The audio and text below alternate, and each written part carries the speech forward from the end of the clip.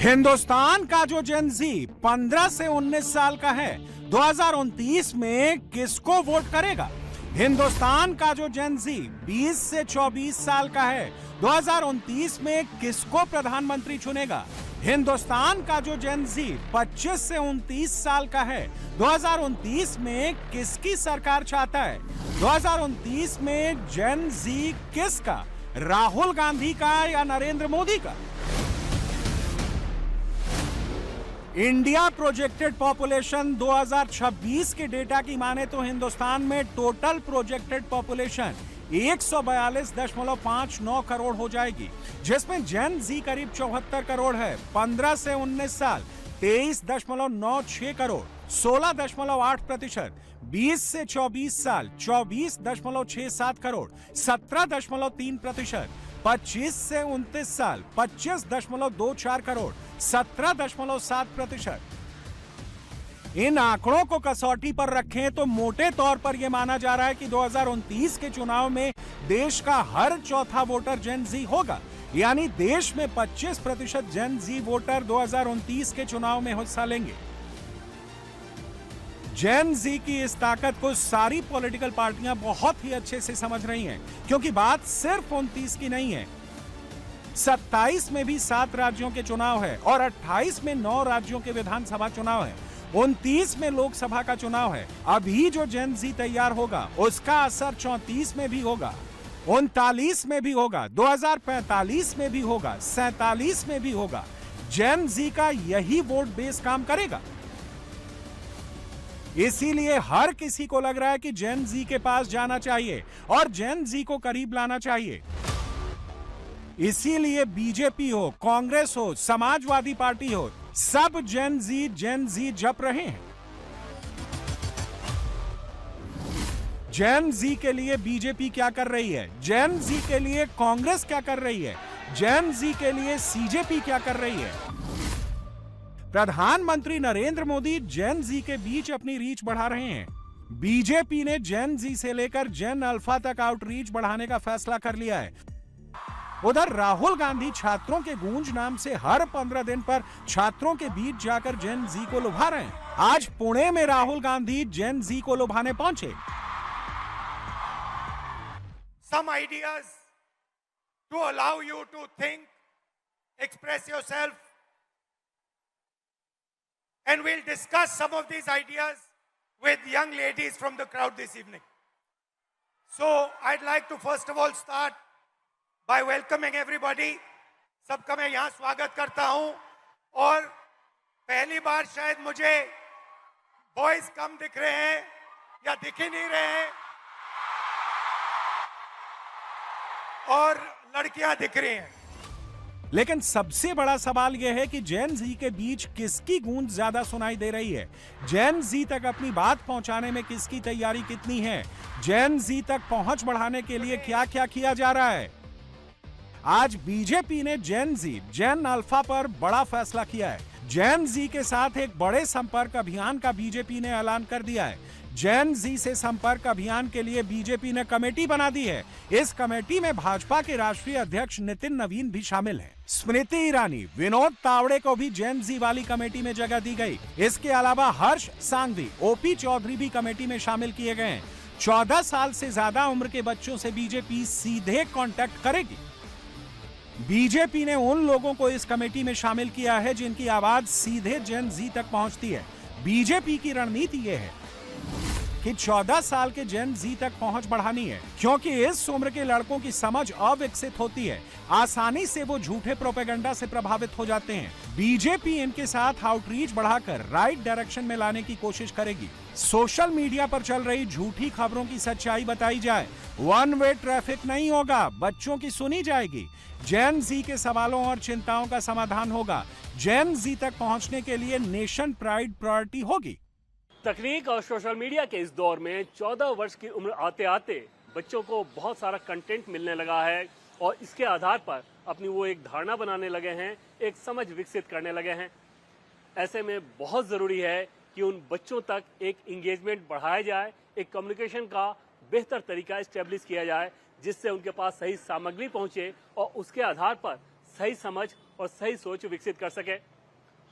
हाल के दिनों में जंतर मंतर के प्रदर्शन ने इस सोच को और ज्यादा विकसित किया है कि अब किशोरों से ज्यादा एंगेजमेंट की जरूरत है।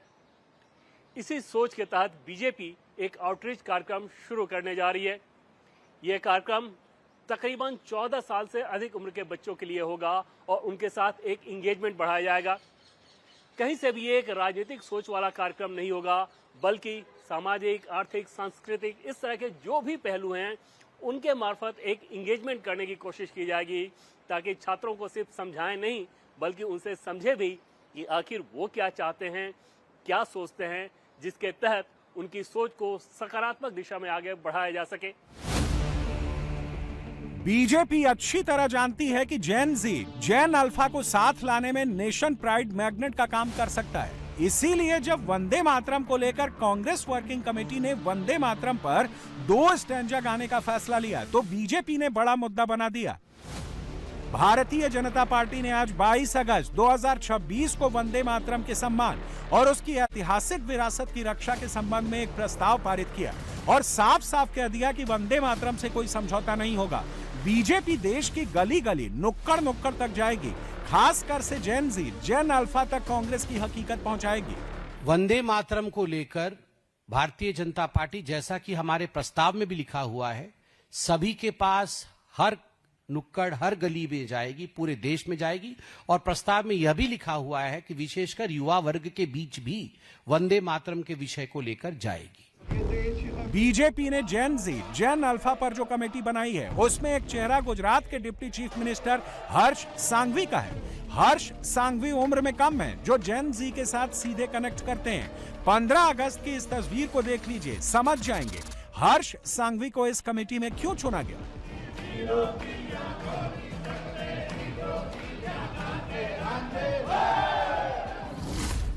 जेन अल्फा को पास लाने के लिए बीजेपी हर्ष सांघवी जैसे लीडर्स को आगे कर रही है। इसी तरह स्मृति ईरानी भी जेन जी के बीच पॉपुलर हैं और जब जेन जी के बीच में जाएंगे तो आसानी से अपनी बात पहुंचाएंगी, क्योंकि बात सिर्फ 27, 28, 29 की नहीं। बीजेपी चाहती है कि जेन जी वोट बेस इतना मजबूत तैयार हो जाए जिसका फायदा 34 से लेकर 2047 तक बीजेपी को हो। सिर्फ बीजेपी ही नहीं, राहुल गांधी भी जेन जी को करीब लाने के लिए नए नए प्रयोग कर रहे हैं। छात्रों की गूंज कार्यक्रम भी राहुल गांधी के इसी प्रयोग का हिस्सा है। पुणे में आज राहुल गांधी ने छात्रों की गूंज कार्यक्रम में नया प्रयोग किया। पुणे में पहली बार केवल जेन जी छात्राओं के लिए छात्रों की गूंज कार्यक्रम आयोजित किया। जेन जी गर्ल्स को अपनी चिंताओं, आकांक्षाओं और मांगों को खुलकर सामने रखने का प्लेटफॉर्म दिया।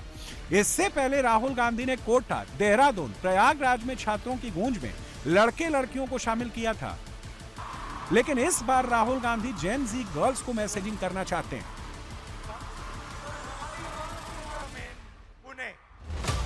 राहुल गांधी जेन जी को अट्रैक्ट करने के लिए हर वो प्रयोग कर रहे हैं जैसे जेन जी पसंद करता है। छात्रों की गूंज कार्यक्रम में जेन जी को जोड़ने के लिए कांग्रेस नए फॉर्मेट का इस्तेमाल कर रही है। कार्यक्रमों में मशहूर रैपर और गायकों को जोड़ रही है। कोटा में जब छात्रों की गूंज कार्यक्रम हुआ तो इंदौर के मशहूर रैपर लश्करी, जिनका असली नाम विनायक लश्करी है, उनसे स्टेज परफॉर्मेंस कराया गया। देहरादून के कार्यक्रम में रैपर डकैत और रैपर कर्मा स्टेज पर नजर आए थे। रैपर डकैत का असली नाम सौरभ सिंह रावत है और रैपर कर्मा का असली नाम विवेक अरोड़ा है। प्रयागराज में रैपर MC अल्ताफ से स्टेज पर परफॉर्म कराया गया। पुणे में होने वाले छात्रों की गूंज कार्यक्रम में कांग्रेस जेन जी की आधी आबादी को साधने में लगी है और यहाँ पर गायिका आशीष कौर और रैपर सानिया MQ परफॉर्म कर रही हैं। प्रोफेशनल सिंगर्स और रैपर्स को कांग्रेस पार्टी के बुलाने का मकसद यही है। राहुल गांधी के स्टेज पर आने से पहले सिंगर्स और रैपर्स जेन जी के बीच में माहौल बना दें। आज भी वही हुआ। राहुल गांधी के आने से पहले आशीष कौर ने गाना गाकर माहौल बना दिया।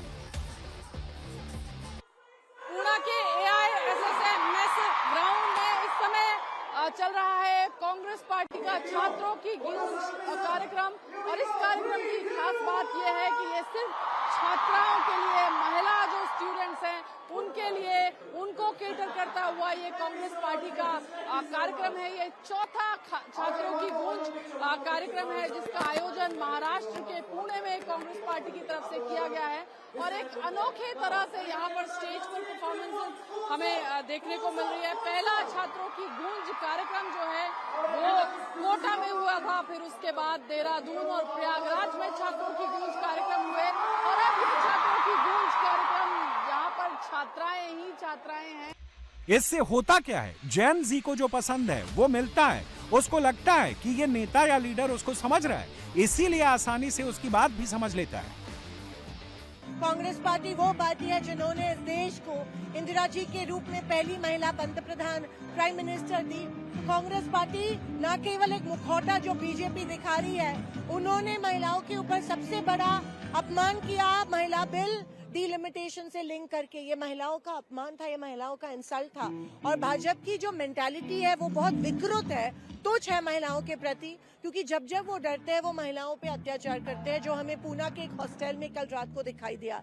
जब मोदी जी डरते हैं, जब फडणवीस इस महाराष्ट्र के गृह मंत्री है, absolutely unsuccessful in his work, वो डर गए हैं क्योंकि रिस्पांस बढ़ रहा है और इसीलिए उनके पैरों की नीचे की जमीन खिसक रही है। बीजेपी राहुल जी को डरती है, ये तो अब पूरे देश को पता है। देश के प्रधानमंत्री हो, देश के गृह मंत्री हो, राहुल जी के डर से संसद में भी नहीं आते हैं, जवाब देने को भी तैयार नहीं।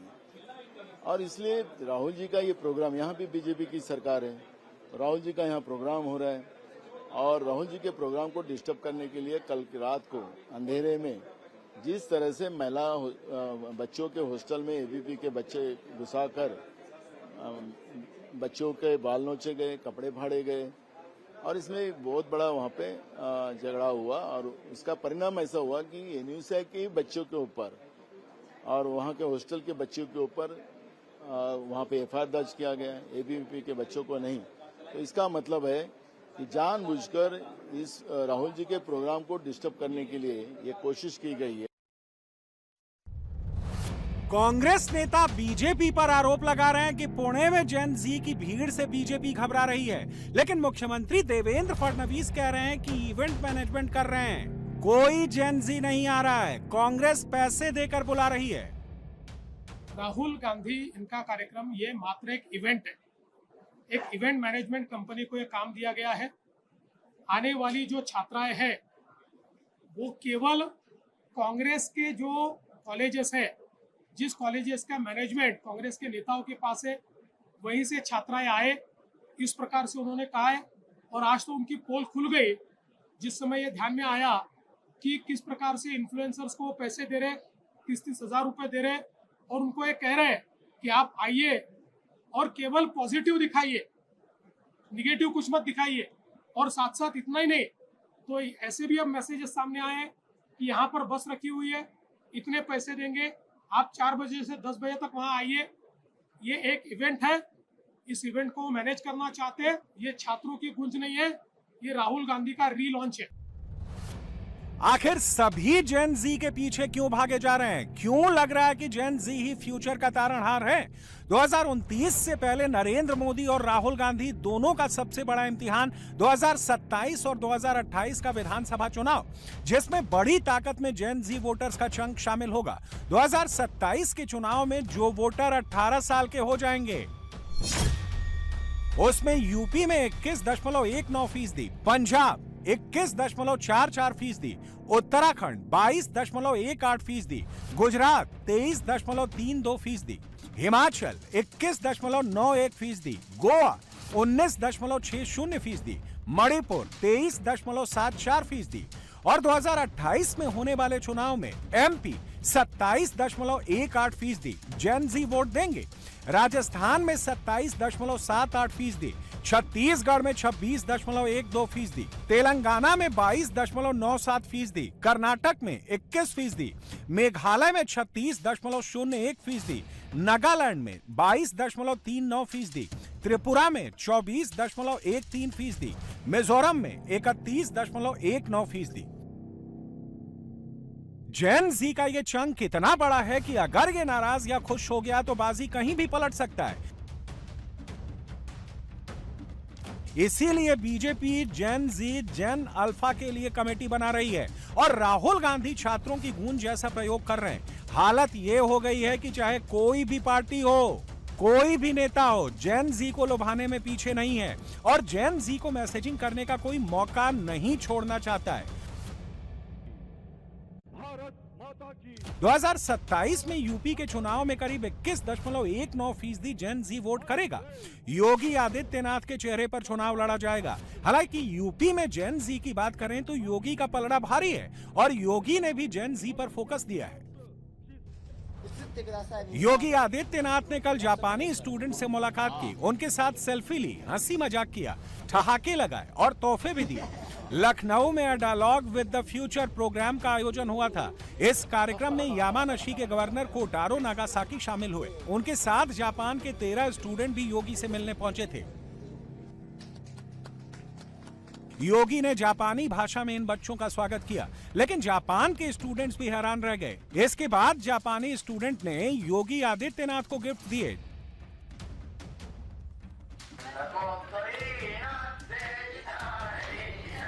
जापानी भाषा में गाना भी सुनाया।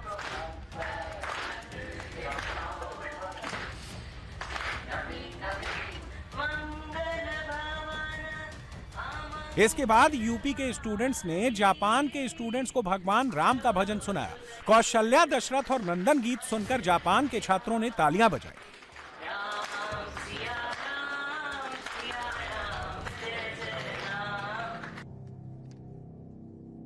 जापान के स्टूडेंट्स ने योगी के साथ सेल्फी ली। योगी ने भी किसी को निराश नहीं किया, हर स्टूडेंट के साथ अलग अलग फोटो भी खिंचवाई। योगी ने जापान और हिंदुस्तान की कल्चरल अहमियत दोनों देशों के बच्चों को समझाई। ये कोई आम तस्वीर नहीं है। हिंदुस्तान का, यूपी का जो जेन जी ये तस्वीर देखेगा वो योगी से सीधे कनेक्ट करेगा और योगी यही मैसेजिंग कर रहे हैं। जेन जी को लेकर बीजेपी कमेटी क्यों बना रही है? क्यों कमेटी में इस बात पर सबसे ज्यादा फोकस किया गया है कि बच्चों को सही बात सही तरीके से समझाई जाए। जो बच्चे सोशल मीडिया के जरिए गलत नैरेटिव बना लेते हैं उन तक सच्चाई पहुंचाई जाए। कुछ दिन पहले योगी ने पार्टीशन का सच बताया और जेन जी को सच सुनाया। ट्रेन की बोगी लाशों से पटी हुई होती थी। रेल की पटरियों में चारों ओर लाश बिछी होती थी। टूटी हुई बैलगाड़ी में कैसे लद करके उस समय आधे वदन कपड़े पहनी हुई माताएं और बहनें निकल रही हैं। ये दृश्य दिखाइए वर्तमान पीढ़ी को, जो आज बहकाने का प्रयास कर रहे हैं ना युवा पीढ़ी को, उनको बताइए ये बहकाने वाले लोग वही हैं जिनके पूर्वजों ने ये त्रासदी भी ला करके खड़ी की थी देश के सामने। ये वही लोग हैं। और इनका चरित्र देखना हो, सीए के दौरान भी आपने देखा होगा, और दूसरा बांग्लादेश के अंदर हुई हाल ही की घटनाओं में इनकी चुप्पी भी उस ओर इनको फिर से कटघरे में खड़ा करती है। 2027 में यूपी की लड़ाई जेन जी पर क्यों लड़ी जा रही है? अखिलेश यादव को सुन लीजिए। ये भी खुद को जेन जी का लीडर होने का दावा करते हैं। जैसे इन्हें मौका मिला कि यूपी में जेन जी और जेन अल्फा सिस्टम से नाराज होकर प्रोटेस्ट कर रहा है, तुरंत जेन जी जपने लगे। नई पीढ़ी एक जागरूक पीढ़ी है और नई पीढ़ी है उसमें संकोच नहीं है। अगर गलत है तो गलत है। इसीलिए कभी डॉक्टर राम मनोहर लोहिया जी ने कहा था कि अगर बुराई खत्म करनी है तो बुरे को बुरा कहना पड़ेगा। और कम से कम ये नई पीढ़ी है जो कह रही है कि ये खराब बात है, ये गलत बात है। उनके लिए विकास चाहिए, उनकी चीजें बेहतर हो, सुधरें। यही हमारी आपकी कोशिश होनी चाहिए और हम लोग कोशिश भी यही करते हैं। बीजेपी, कांग्रेस, समाजवादी पार्टी, ये सब जेन जी को अपने पाले में ऐसे ही नहीं करना चाह रहे हैं, क्योंकि आंकड़े कह रहे हैं कि जिधर जेन जी जाता है उधर जीत का रास्ता खुद ब खुद खुल जाता है। ये 2024 लोकसभा चुनाव में यूथ वोटर का डेटा है। 18 से 25 साल के जेन जी ने एनडीए को 46% वोट दिया और इंडिया गठबंधन को 33%। 26 से 35 साल एनडीए 44%, इंडिया 35%। 36 से 35 साल एनडीए 43%, इंडिया 34%। 46 से 55 साल एनडीए 44%, इंडिया 33%। 56 प्लस साल एनडीए 41%, इंडिया 34%। बीजेपी कह रही है कि हम जेन जी के लिए ऐसा कर देंगे, वैसा कर देंगे। राहुल गांधी कह रहे हैं कि हम जेन जी के लिए धरने पर 50 दिनों तक बैठ जाएंगे। अखिलेश यादव अलग दावा कर रहे हैं, लेकिन हो क्या रहा है? जेन जी को समस्याओं से निजात नहीं मिल रही है। नेशनल टेस्टिंग एजेंसी जिसको लेकर इतना बवाल हुआ, आज जयपुर में All India AYUSH protest graduate entrance test की परीक्षा थी। Satya Sai PG College Transport Nagar केंद्र पर बिजली गुल होने से भारी हंगामा खड़ा हो गया। छात्र अंधेरे में बैठे, 3 छात्राएं बेहोश हो गईं। कहानी बस ये है, बातें तो अच्छी हो रही हैं, सब जेन जी कर रहे हैं, लेकिन जब एग्जाम हो रहा है तो कुछ सुधर नहीं रहा है। सच्चाई तो यह है कि जेन जी सब देख रहा है, चाहे 27 हो, 28 हो, 29 हो। जेन जी जब वोट करेगा तो हर कसौटी पर परखेगा।